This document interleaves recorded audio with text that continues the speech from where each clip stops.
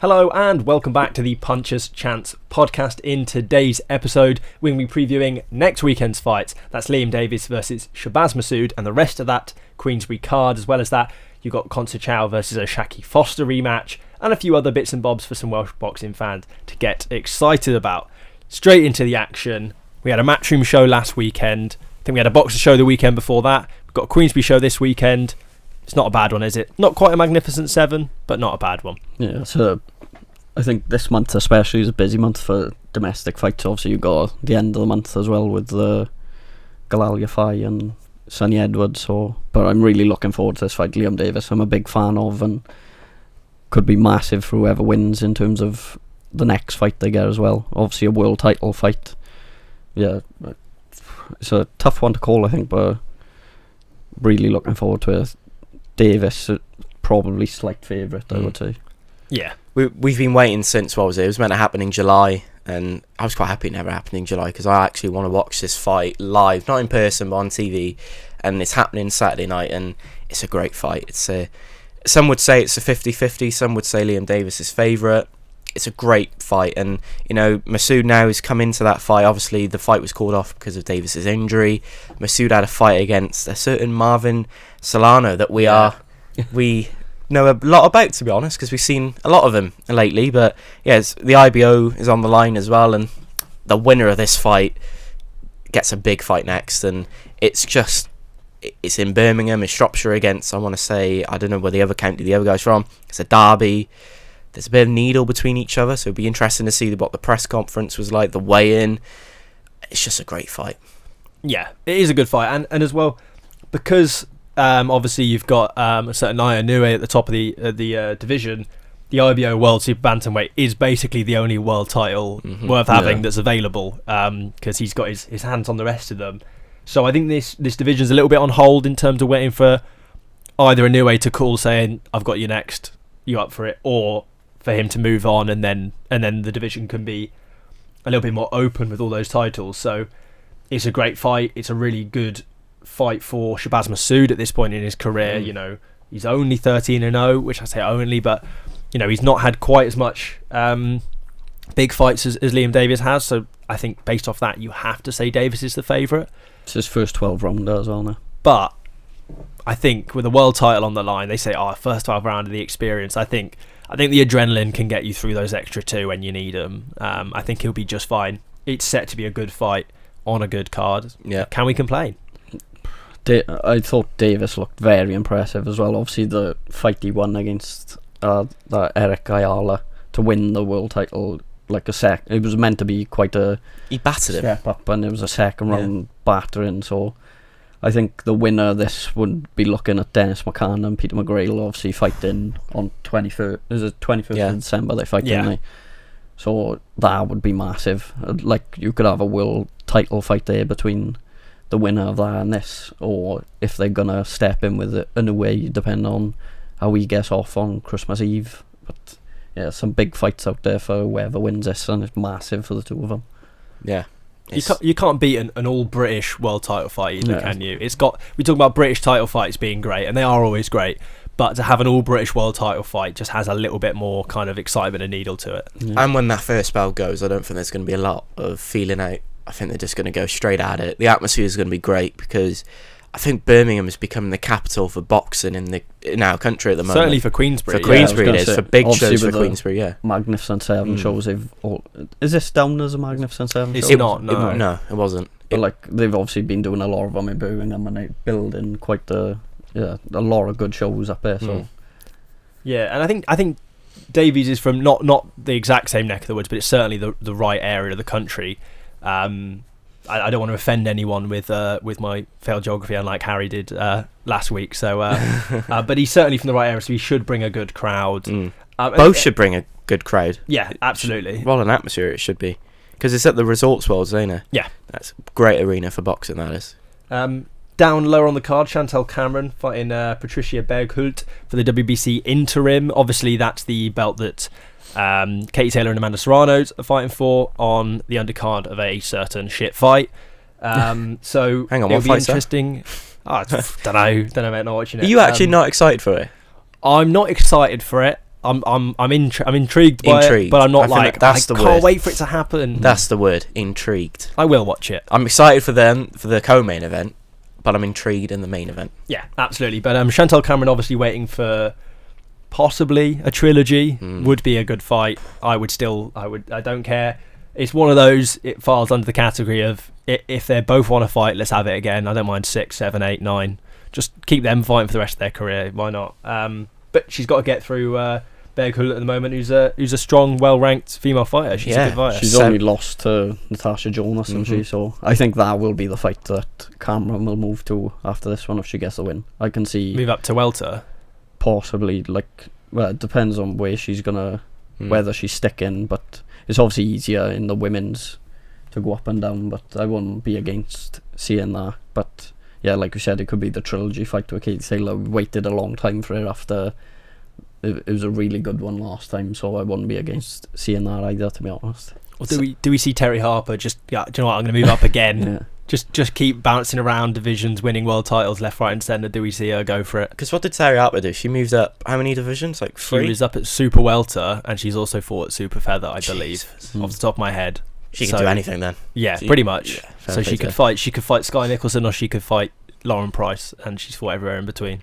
It's just nice to see as well Chantelle Cameron back out again, because obviously with her being a matchroom fight, she wasn't getting the limelight a lot, but now with Queensbury, she was on the last Magnificent 7 show. She's back in Birmingham this weekend, and it's a tough opponent in front of her. Like Ben said, she's gone the distance with Tasha Jonas, but since then she hasn't really fought anyone at that level. She's only been in 6, 8 rounders, I think.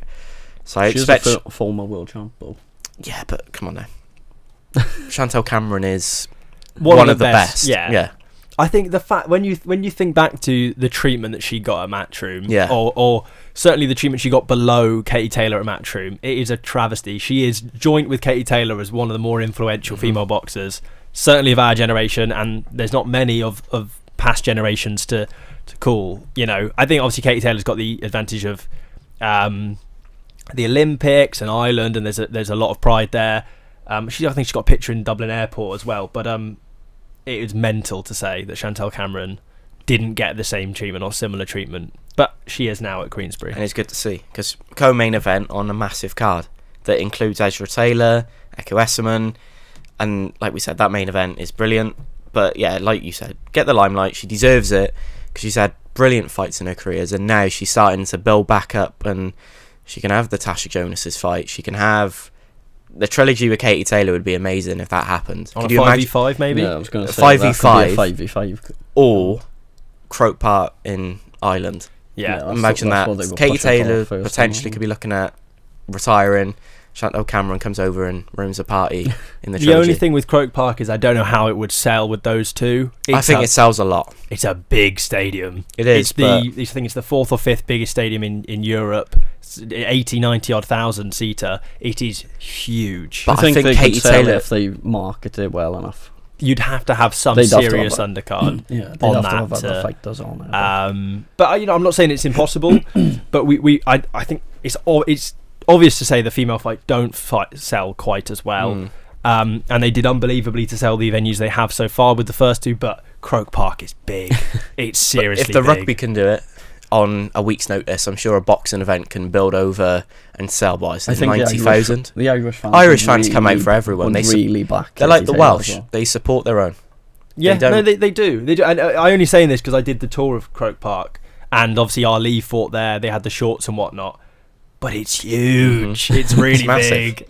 I sat when I went to Wembley all the way back, and when I was up in the press area of Croke Park, which is up in the very top stand, I was like, oh, this is high. It's a big stadium. I'm not saying that they couldn't. It could even do the Aviva Stadium where the rugby gets played a lot. Yeah, they might be. But either way, it's a brilliant fight to happen. It's not our job to book the stadium, so that's not something we necessarily have to worry about. We just watch the fights and critique them. We can dream. Yeah, we talk as if we're promoters. We do like we're playing Boxing Manager in real life. Yeah, Ben does especially. But yeah, brilliant fight. Ekow Essuman, like you said, fighting Ben Vaughan for the WBO good European fight. Really good fight. Obviously Essuman has kind of held it all in domestic level, British, Commonwealth. He's been the European champ already. It would be good to see him get back to that level and possibly then be able to kick on to world level as well. He had last time out against Owen Cooper, potentially one of the knockouts of the year in that fight. He just came from nowhere and bang, he's asleep. But yeah, Ben Vaughan 10-0 undefeated. He's coming off back-to-back first round stoppages as well, Vaughan is. And it could be a banana skin for Ekow on Saturday night, but I think when you look at the fights that Ekow Essuman can have down the line, Harry Scarf is a name that he probably wants to get back, because obviously Scarf beat him. Scarf will be then coming off a loss because he went over to Germany to fight. The name goes, and he lost unanimously over there, 116-112 on all the judges' scorecards. And I think for Essuman now, it's all about get that rematch with him and then start moving up the ranks in Britain, because he is dangerous. Yeah. With, obviously, like you said, with Scarf coming off, I think, was it a world title fight he lost, or world title eliminator? Probably eliminator. It shows that they're knocking on that door, but not quite at that level yet. So a couple of big wins for Essuman, and if he can get, obviously, a rematch win against Harry Scarf, who's a very good fighter, very tough fighter, it would put him in good stead to push on from that European level. It's just making that jump from European to world level can sometimes be quite difficult. And he's got a good nickname as well for you, Sam. The Bomber. Engine.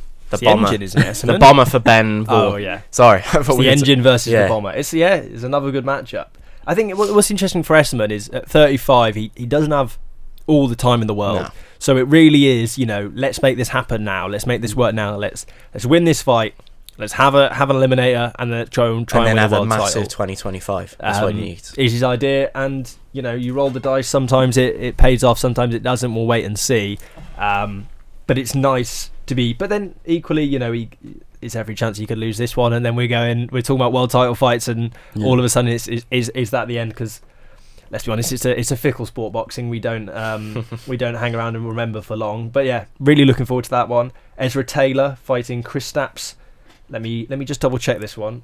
Kristaps, Bull Maystars. I'm going for. I don't know how you. Bull Maystars. I like this that one. Now, Harry, you know all about this. I know. It's we're doing this podcast quite early today, and I was reading about him, and there's me thinking he took Anthony Yard's opponent the distance and beat him. He actually lost to him, but listen, he took took him the distance. He's tough, he's durable, and it's a good test for Ezra Taylor, because when you look at what Anthony Yard was like against Volkans, these Latvians are tough. Yeah, not even that. Tommy Fletcher as well. Yeah, got beat by one of the Latvian boys. They're on fire at the moment. I can see him getting through this, but that's another one that probably needs to kick on now. Like in terms of light heavyweights, especially domestically, is pretty stacked at the moment, and he's in the top 10, so he's obviously making waves. But yeah, I think moving on from this, if he can get the win here, he's moving on to one of them big fights. There's plenty out there. There's so many you can choose from in terms of the light heavyweights. But yeah, I think 2025 will be that year where he probably needs to kick on, get some titles maybe, and see how far he can get up that sort of rankings. It's 3 for 3 now in the Resorts World Arena as well. Last 3 fights, or including this one, the last 3 fights will be in there. Wembley Arena before that, so he's done all right off that. He's setting you up well for a good career. Like you say, he's moved into that top 10 of a really stacked division in this country. There's so many. There's great fights. Craig Richards. You've got Willie Hutchinson. You've got Lewis Edmondson. I was going to say boxer against Queensbury there. You've got Jerome Papillon. I think there's another one there. Dan Aziz. But is that then? Dan Aziz would be a good no one. Disrespect there, but is that maybe a step down from Taylor's to get level? him, I think, isn't it? I don't think so. I don't think he's a a former British champ, so to get his name on your record is a smart move, I think. But why not go for Edmondson? You could ideally. You'd have the British title on the line, but because are we going to see a Queensbury boxer card, or do you reckon it's going to be a Matchroom Queensbury? I don't think we see a Queensbury boxer card anytime soon. No, I'd be shocked. I think it's better than a Matchroom card though, because there's actually hatred between the two promoters. Yeah, but I just getting them to work together is the issue. I don't think Frank already sign off on let's do a 5v5 with boxer. I just don't think they do.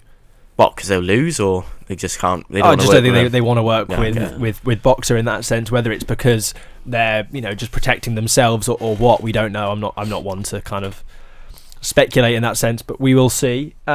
Elsewhere in the world, like I mentioned, you got the rematch between Conor and Oshaki Foster, which is only really of interest or greater interest because the first one was a little bit of a robbery. It was, and I think O'Shaki Foster comes into this rematch and he will not change what he did in the first fight.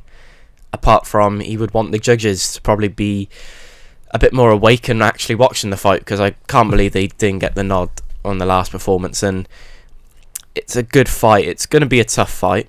I think Kanache is going to change a lot, but I think O'Shaki Foster now, he comes into this fight a big favourite, in my opinion.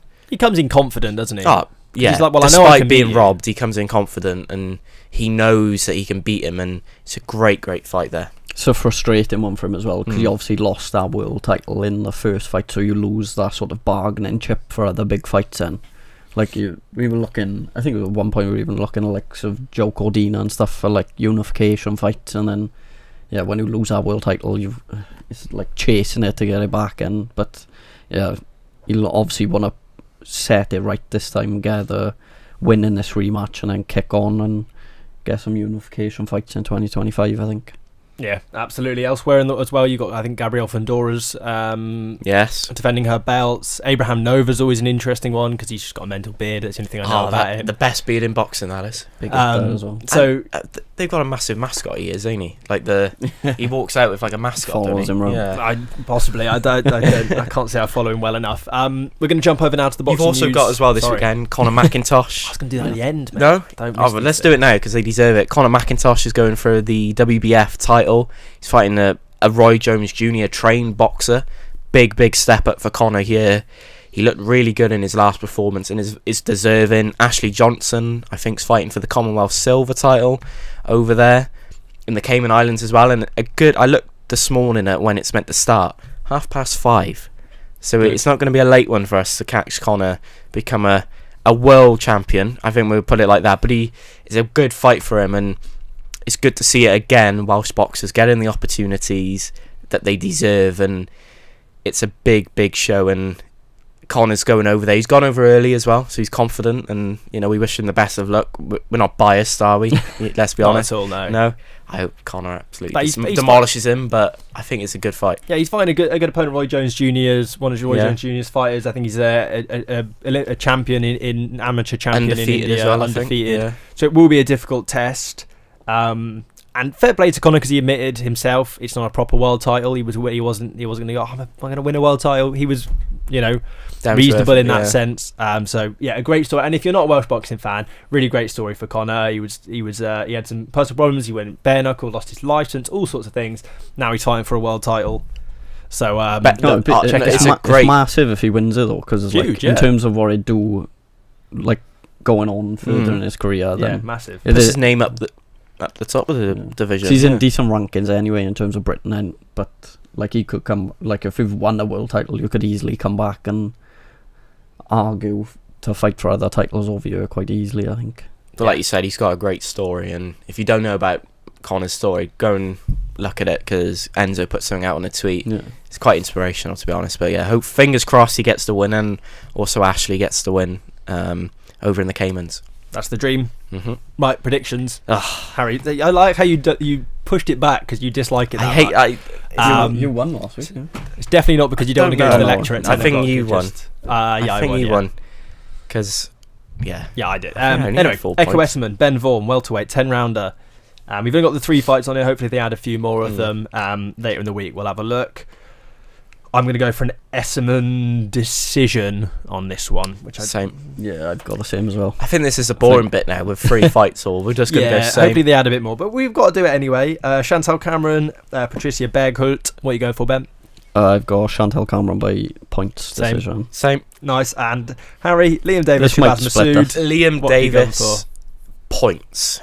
What have you gone for, Ben? Liam Davies, stoppage. I've gone Liam Davies, stoppage. Oh, wow. So it's going to come down to the rounds. Is it? What have I got? Well, between me and Ben. I can actually You could do it. I could win. I'm gonna go for. Gonna go for that. Are we saying what rounds we've gone for? Well, I've gone 32 because I've gone points. I've gone 28. I've gone 27. So what round do you reckon? 8th round. 8th round. Okay. It's going to be tight.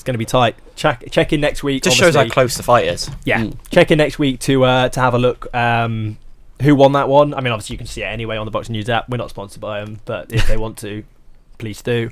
But yeah, check it out. Next week we'll be back for another preview, obviously reviewing the weekend's fight as well. Check us out on Instagram, Spotify, Twitter, Facebook, anywhere you could. We're even on LinkedIn, I think, just about, but we don't post anything on there, so don't bother connecting on there.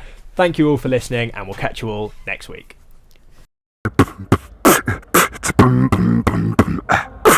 Punches chance.